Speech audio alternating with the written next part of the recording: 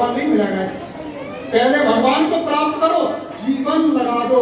भगवान श्री कृष्ण ने यही तो कहा कि तस्मात् सर्वेषु कालेषु मामनस्सु युद्धं। हे अर्जुन, तू युद्ध भी कर और भजन भी कर। तो युद्ध करते हुए भजन जो हो सकता है, उस भजन की परम आवश्यकता आज भयंकर कलिकाल में है। आप तो रोटी बनाते हो कर सकती है, आप भी चलते हो भजन कर सकती है, क्योंकि जब तक जीवन में हमारे श्वास के बगैर कोई काम नहीं हो रहा तो भजन श्वास क्यों? बोलिए आनंद कंद भगवान की। तो भिलनी जो थी वो, हाँ भिलनी जो थी अब इंचार्ज हो गई आश्रम की, और भिलनी कहने लगी महाराज लोग क्या कहेंगे? लोग कौन? बोले लोग दुनिया के देखेंगे मैं अकेली है रहती। बोले मेरा नाम मालूम तुझे क्या है? महाराज नहीं मालूम। क्या नाम है मेरा? तो वो कहने लगी, क्या गुरु जी कह रहे मेरा नाम है मतंग। मतंग हाथी से कहते, हाथी जाता है निकल के और कुत्ते दौड़ते, कुत्ते भौंकते। किसी ने पूछा कि कुत्ते किस पर भौंक रहे? शायद उसने कुत्तों से पूछा भैया तुम किस पर भौंक रहे? हाथी के पीछे भौंक रहे हो, आगे नहीं भौंक रहे? बोले हम हाथी पर नहीं भौंकते हैं। बोले फिर किस पर तुम भौंक रहे? बोले हम तो इन गांव वालों को भौंक रहे। बोले क्यों? कि हम इसी गांव में रहते हैं, हमारे एक बार हाथ नहीं बोले, और ये जन कहां से हाथी आएगा? वो एक दिन के लिए जाकर पीछे सब पूरा गांव खड़ा और गणेश जी चिल्ला रहा हो, और इसके सब हाथ जोड़ रहे, हम तो इन गांव वालों को भौंक रहे। कुत्ते भी अपना परिचय देते, तो कुत्ते अपना काम करेंगे, मतंग अपना काम करेगा। तू घबरा मत भिलनी, तू जा। लेकिन उसका नाम भिलनी नहीं था।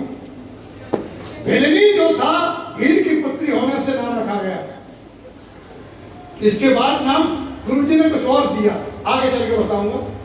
फिर गुरुजी एक दिन क्या आया, तो गुरुजी ने कहा बुला करके सबको, आश्रम वासियों को, भाई मेरा शरीर पूरा हो चुका है और मैं जा रहा हूं।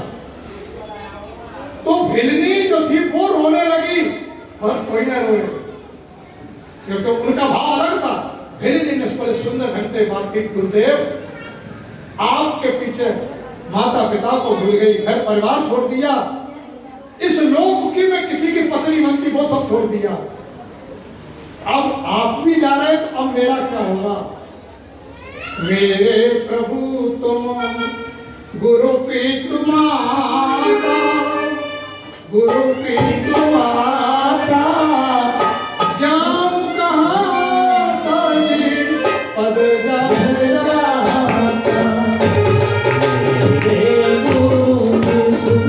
गुरु पीतु माता, जाऊं कहाँ पद मेरे तो आप गुरु भी है, माता पिता भी, अब आपको छोड़ करके मैं कहाँ जाऊं? और जैसे ही ये बात कही तो उन्होंने गुरुजी ने आशीर्वाद दिया कि घबराना मत। एक दिन जो त्रिलोकी का नाथ है, जिसका भजन ब्रह्मांड के सभी देवी देवता ऋषि मुनि साधु सन्यासी करते हैं, तो तेरे लिए दर्शन देने आएगा। कहीं जाने की जरूरत नहीं है, इसी आश्रम पर आकर के तुझे दर्शन दे। क्या बताओ कब आएगा?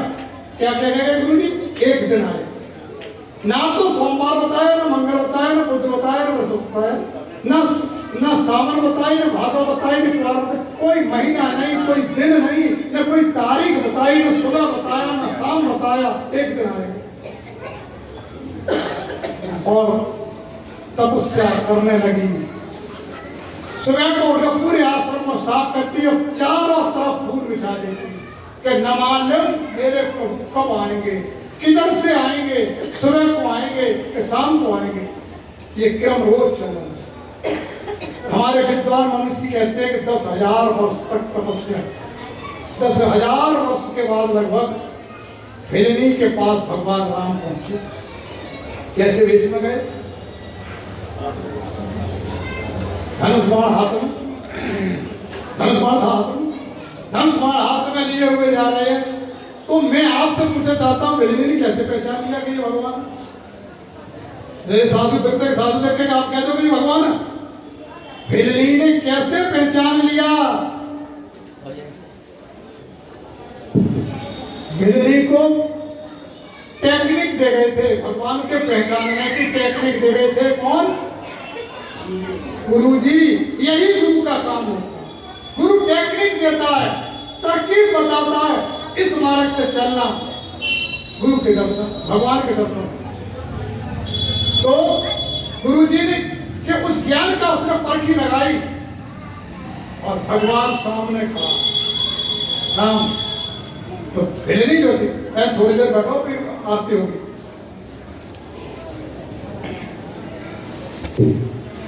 जोर पान आगे भई ठाड़ी, आगे भई ठाड़ी, प्रभु ही बिनो की प्रीतिया तिवारी। भगवान के सामने हाथ जोड़ करके खड़ी हो। क्या कहे मुझसे? कुछ कहना ही नहीं जानती।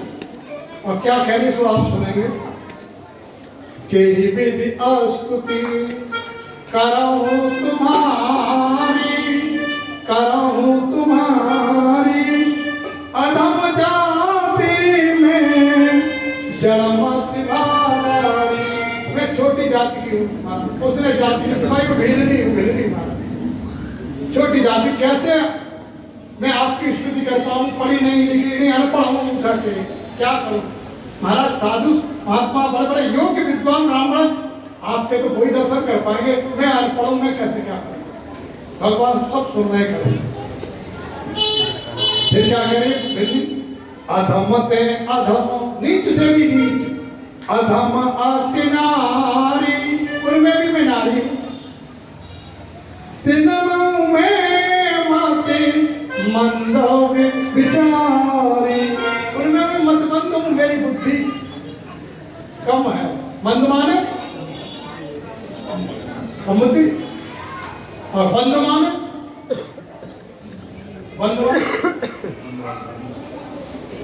लोग कहते हैं बड़ा अकलमंद आदमी, कहते हैं क्या सही कह रहे हैं गलत? ये बड़े अकलमंद।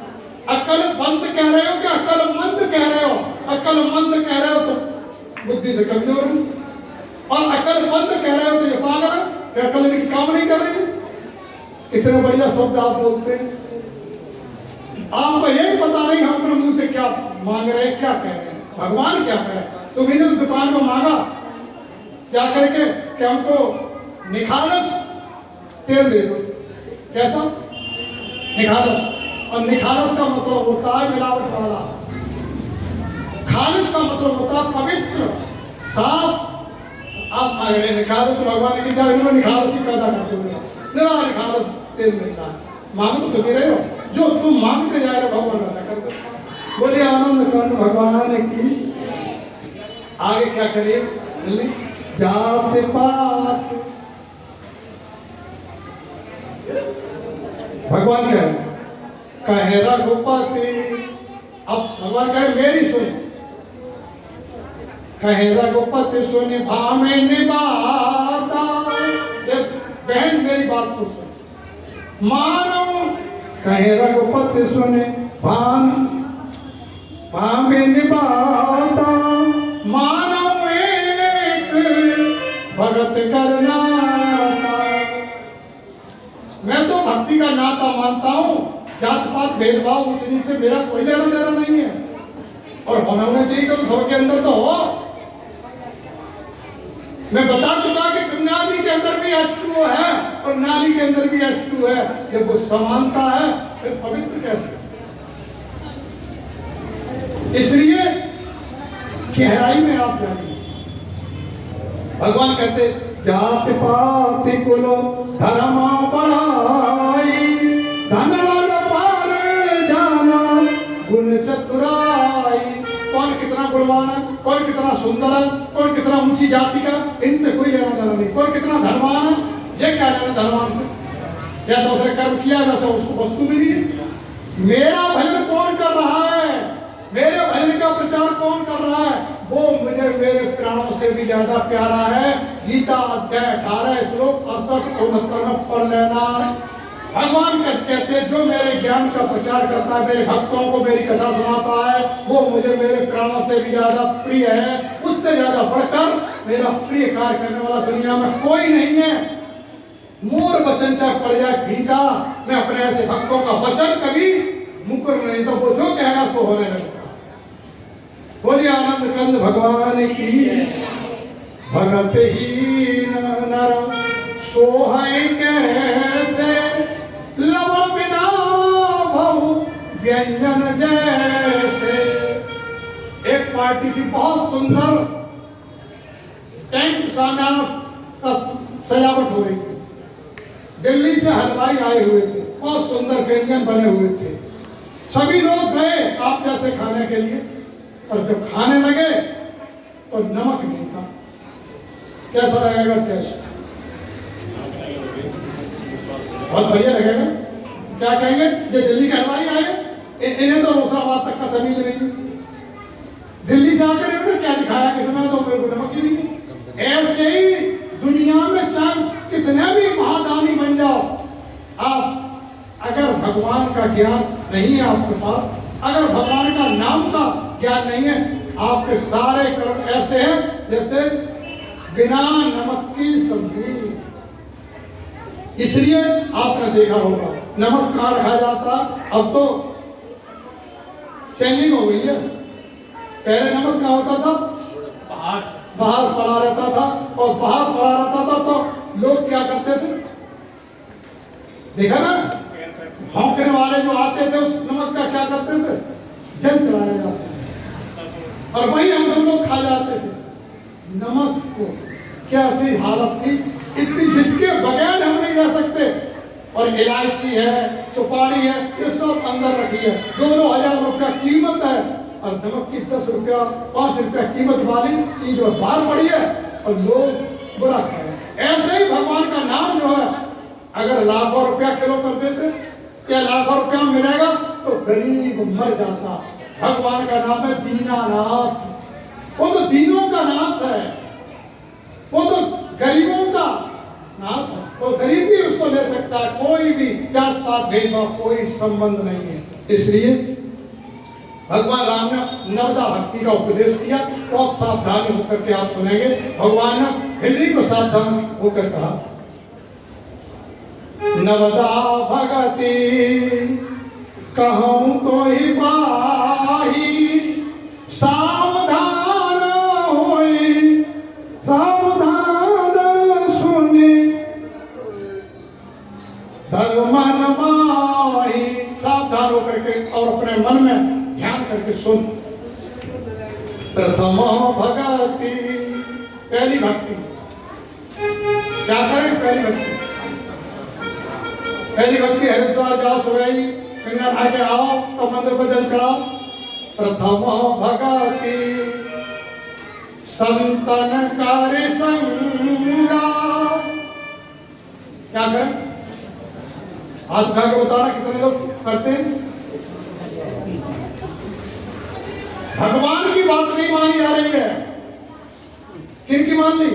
धर यजमान हाथ को कहता चाहे पैर बनिए चाहे भैंसा, चाहे तर चाहे मन दक्षिणा धर, चले अपने घर। गाएगा ना शनिचर लग गया तेरे घर में, सारे ग्रह तेरे खराब हैं। अरे ग्रह उसी के खराब होते हैं जिसके ऊपर गुरु का अनुग्रह नहीं होता। जिस पर गुरु का अनुग्रह होता उसके ग्रह कभी खराब नहीं होता। भेजो तुम शनिचर को, भेजो शुक्र को, भेजो मेरे पास, देखा कितने ग्रह खराब है। ग्रह उसी के खराब होते, ग्रह उसी को सताते हैं जो गुरु महाराज से दूर होता। गुरु महाराज के मामले में सब कांपते हैं, किसी की हिम्मत नहीं है। काल पकड़ चेला किया यम के कतरे कान, हम सत्य नाम स्मरण करें किसको करें सलाम। कौन है इस दुनिया में उस परमपिता परमात्मा से आगे? जब वो उसको हमने मना लिया, सारे देवी देवता हमारे परिवार के हमारे, हम उससे अलग हो गए तो सारा खेल बिगड़ जाएगा। जैसे एक बहन जो होती है पति से रोज लड़ती है घर में, तो नंद है और है सब लोग खुश होंगे बहुत। और जो पति की सेवा करती है पूरा घर परिवार उससे कुछ दीक्षा लेता है, कुछ शिक्षा लेता है। इसलिए जो प्राण पति की शरण में रहता है उसका तो फिर कहना ही क्या। तो वही बात यहाँ प्रथम भक्ति की बात चल रही है। 9 तरह की भक्ति है। आप क्या क्या करते कैसे करते, तो आप अपनी छाती पर हाथ रख के देखना कब किस लाइन पर चल रहे। प्रथम भगति संतन कार्य संगा, संत का संग है। संत किसे कहते हैं? खूब चंदन लगाओ, बड़े बड़े खूब भाग हो, फिर लाल कपड़ा पहने हो, अरे ये संत नहीं है, ये तो बनता है, ढोंगी है, ढोंग बना के बैठेगा पीलो कपड़ा पहने करके। जब तक कि अंदर से गूढ़ता नहीं निकली, खुद कुछ करके नहीं देखा, समाज को दोगे क्या? कुंवारी लड़की से अगर हाल चाल उसके पति का पूछोगे कभी नहीं बता सकती। क्या कहानी सुनाएगी उसकी? विवाहित लड़की से पूछोगे सारी बातें बता देगी, तुम्हें समझा देगी कि शादी में ऐसे करना है, ऐसे करना है, ऐसे ये वैसे वो, पूरे विवाह की विवेचन कर दे। तो प्रथम भगति संतन कार्य संगा, दूसर राति मामा कथा प्रसंगा। कौन कह रही हो? भगवान राम ही तो कह रहे हैं। किससे कह रहे हैं? हिंदी से समझ में आ रही है। भगवान राम कह रहे पहली भक्ति मेरी संतों का संग कर, उनके पास जाकर के कथा सुनने की प्रार्थना कर। प्रथम भक्त संतन कर संगा, दूसरी रति मम कथा प्रसंग, मेरे कथाओं के प्रसंगों को सुन। 2 बात। तीसरी भक्ति क्या? अब क्या करें? गुरुपद पंकज सेवा। अब आया तीसरा नंबर गुरु महाराज। गुरुपद पंकज सेवा, तीसरी भगत अमान। अपने मान सम्मान को खत्म, हनुमान की तरह हमेशा गुरु महाराज के चरणों में अपना मस्तक झुकाए रहे। गुरु महाराज के सामने कभी हीरो बने का मन दिखाना, जीरो बना देगा। तो वो सब टेक्निक जानता है। एक बार एक चेला हीरो बनने लगा, बोले गुरुजी हाँ हम तुम सब तलवारबाजी करेंगे। जो गुरु ने तलवारबाजी सिखाई।